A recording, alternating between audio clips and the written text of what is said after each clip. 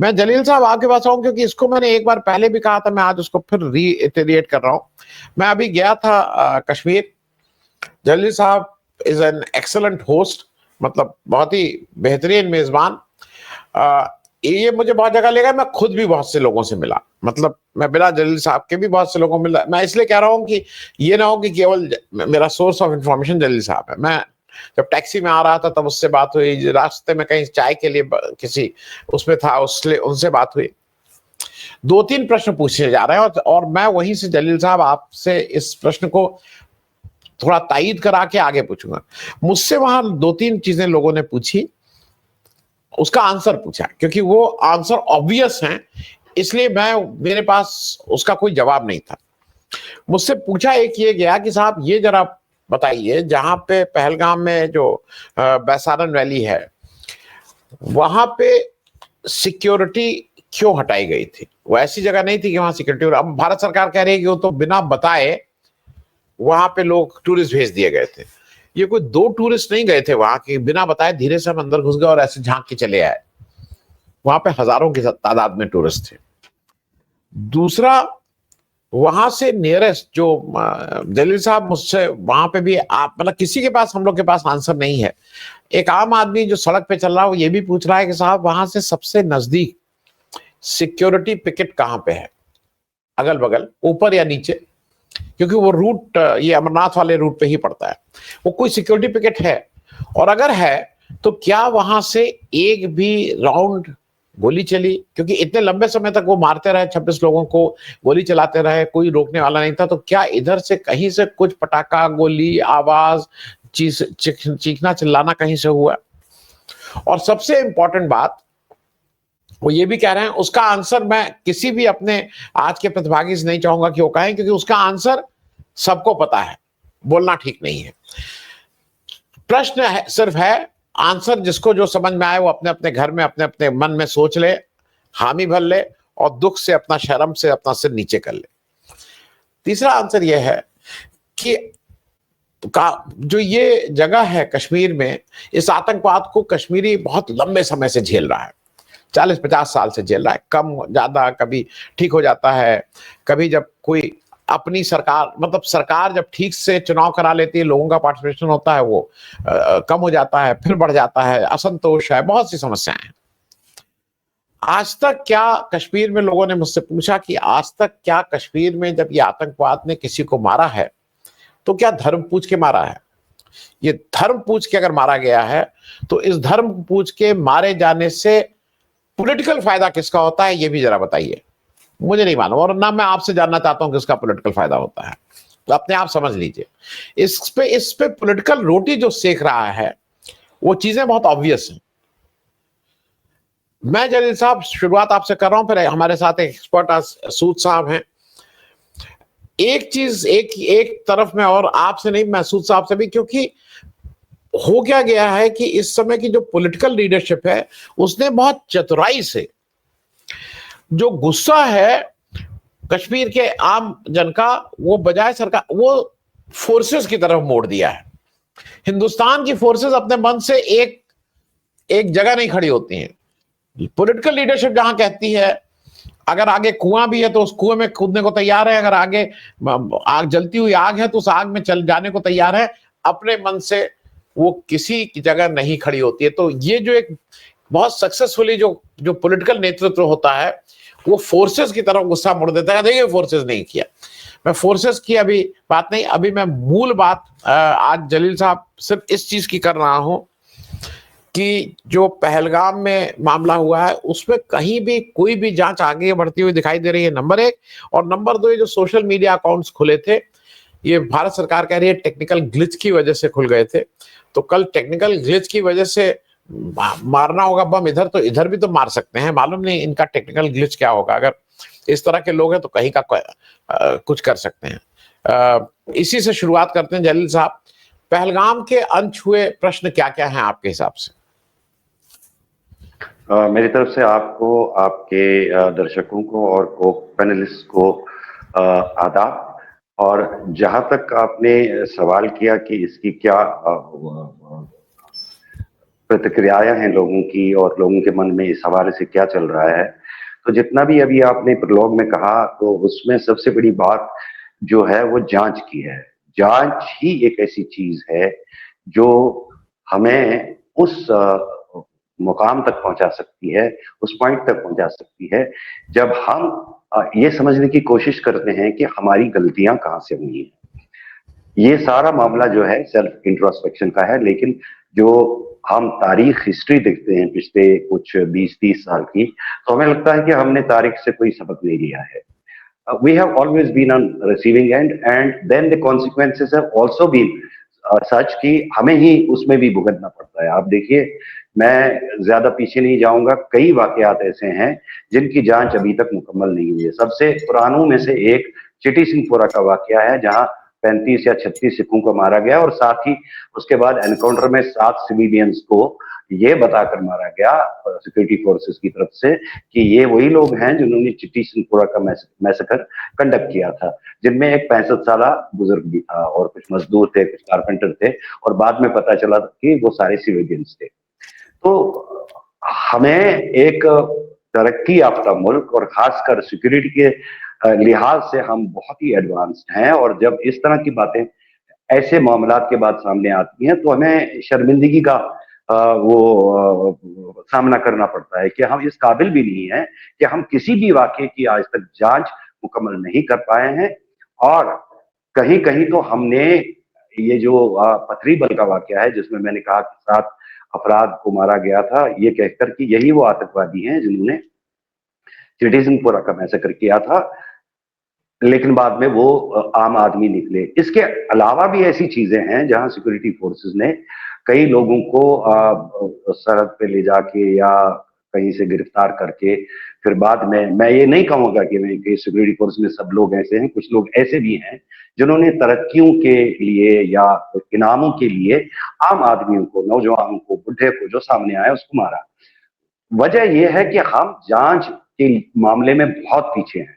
अभी पुलवामा का वाकया ज्यादा दूर नहीं है। 2019 में उस वाकये की बुनियाद पर जो बीजेपी की सरकार है बड़े बहुमत के साथ वापस आ गई, और अब ये जो वाकया है ये पहलगाम का, ये भी उसका एक रेप्लिका लगता है। और अभी तक जैसा कि आपने कहा कि इब्तदा में कुछ लोगों की तस्वीरें साझा की गई, स्केचेस साझा किए गए, और बाद में कहा कि यह गलती है। ये सारा तो गिलिच ही है। कहां पे आपको लगता है कि गिलिच नहीं हो रहा है? गिलिच हर जगह हो रहा है, और नतीजा ये निकलता है कि बाद में एक तो जवाबदेही के मामले में हम बिल्कुल कोई की जवाबदेही किसी के सामने नहीं है, और हम रिस्पॉन्सिबिलिटी फिक्स करने के मामले में भी बहुत ही गरीब है, बहुत ही लाचार है। किसी पे भी कोई बड़ा से बड़ा वाकया भी हो जिसमें सजाएं हो सकती हैं, जिसमें रेपोक्रेशंस हो सकती हैं, और जिसमें कॉन्सिक्वेंसेस होते हैं, वो जांचें होती ही नहीं। अभी पुलवामा के मामले में ये 300 किलो आरडीएक्स कहां से आया, अभी तक इस बारे में कहीं भी कोई जांच का ये नतीजा हमारे सामने नहीं आया। इतना ही नहीं, उस मामले में एक सरकारी अफसर जो पुलिस का अफसर था, डीएसपी रैंक का, देविंदर सिंह, तो उसका हाथ बड़ी हद तक साफ दिखाई दिया था, और उसके बाद उसको गिरफ्तार भी जब किया गया तो तब भी ये कहा गया कि जब उसकी गिरफ्तारी अमल में लाई गई थी, वहां पे उसने कहा था कि आप गलत कर रहे हो, you are destroying everything, you are disturbing everything. तो उसके बाद जब सिक्योरिटी फोर्स जो वहां चुस्त लोग तैनात थे, उन्होंने उसको गिरफ्तार किया, और फिर ये बात सामने आ गई कि वो 2 एचएम मिलिटेंट्स को दिल्ली की तरफ ले जा रहा था। तो इन सारे मामलों में जांचें हुई ही नहीं, और वो देवेंद्र सिंह आज कहां है ये भी किसी को पता नहीं। तो पहलगाम के वाकया मुझे लगता है कि ये पुलवामा का रेप्लिका है, और इसमें से बाहर कुछ नहीं आएगा, न कोई जांच होगी और न कोई नतीजा सामने आएगा, बल्कि सिर्फ ये आप देख सकते हो कि इससे कहाँ क्या फायदा हो सकता है और कहाँ क्या नुकसान हो सकता है। जो जाने चली गई वो चली गई।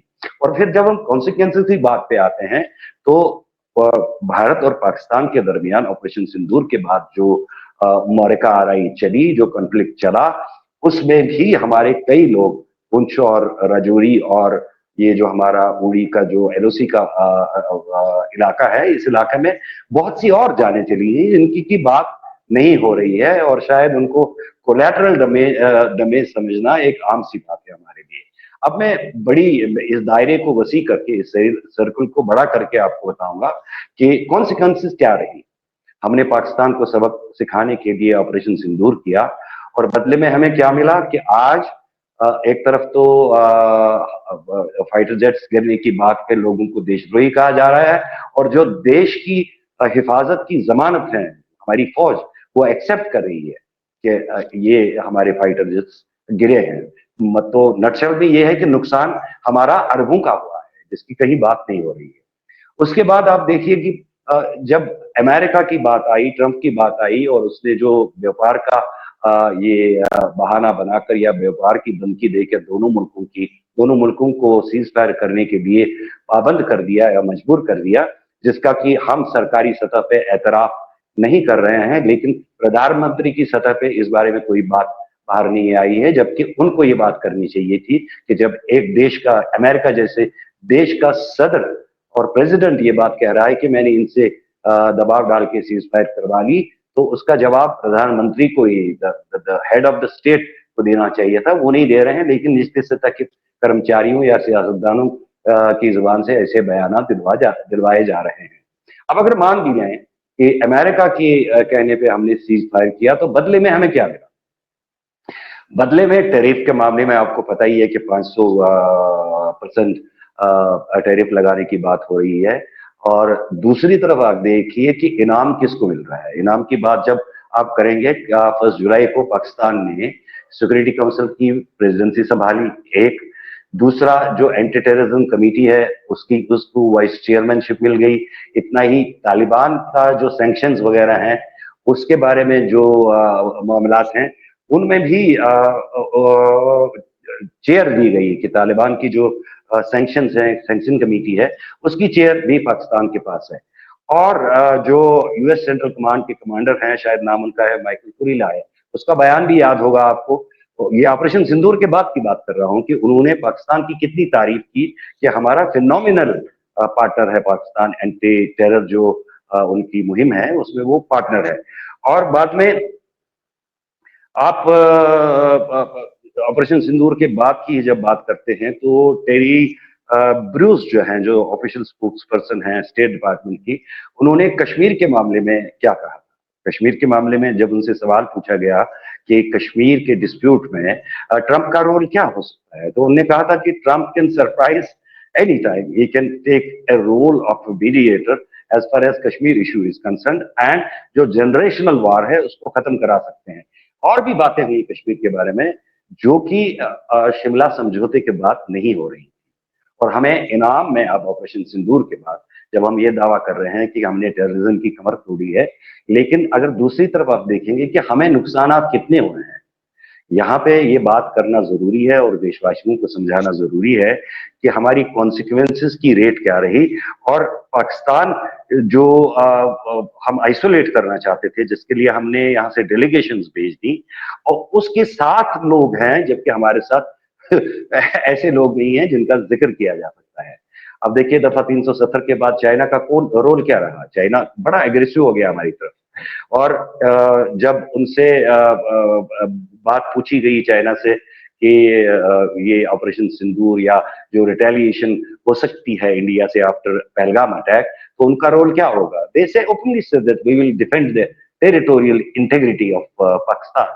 और उसमें टेरिटोरियल इंटेग्रिटी में कौन सा इलाका आता है? उसमें पीओके भी आता है, और जहां पे चाइना की काफी स्टेक्स है। तो ये हम लोग एलओसी को पार करके पीओके को अपने साथ लेना चाहते थे, लेकिन वहां पे हमको दूसरे फ्रंट का सामना। तो ये चीजें जो हैं, हम कहने को तो बड़ी बड़ी बातें करते हैं, लेकिन इसके दरमियान जो दीवारें हाइल हैं उसके बारे में कोई बात नहीं करता है, लॉजिक के बारे में बात नहीं करता कोई। और जब किसी बड़े पैमाने की कार्रवाई की बात होती है तो उसकी कॉन्सिक्वेंसेज भी होती हैं, उसके प्रोज एंड कॉन्स भी होते हैं, उसमें दूसरे ममालिक की इन्वॉल्वमेंट भी होती है। तो आप तुर्की के सफर को बंद करेंगे, Turkey is not dependent on tourism only, और उनकी जो इकोनॉमी है वो हमसे कई, मतलब आप देखेंगे मतलब यूरोपियन यूनियन में शामिल है, और उनकी जो हालत है, माशी हालत, इकोनॉमिकल हालत, वो कहीं बेहतर है। उनके इन चीजों से कोई फर्क नहीं पड़ता है। और इसी तरह के ये जो आपने कहा कि ये जो चैनल्स हैं या जो इंडिविजुअल्स के ये जो प्लेटफॉर्म्स हैं, सोशल मीडिया प्लेटफॉर्म्स हैं, उनको बैन लगाया गया, लेकिन ये अचानक खुल कैसे गए? This is all testing waters. Operation Sindoor को भूल जाइए, पहलगाम को भूल जाइए, ये पुलवामा की तरफ अब बासी चैप्टर हो गया है। आगे की बात करिए, आगे की बात करिए कि आगे आप क्या इससे बदतर क्या एक्सपेक्ट कर सकते हैं। That's it. जी।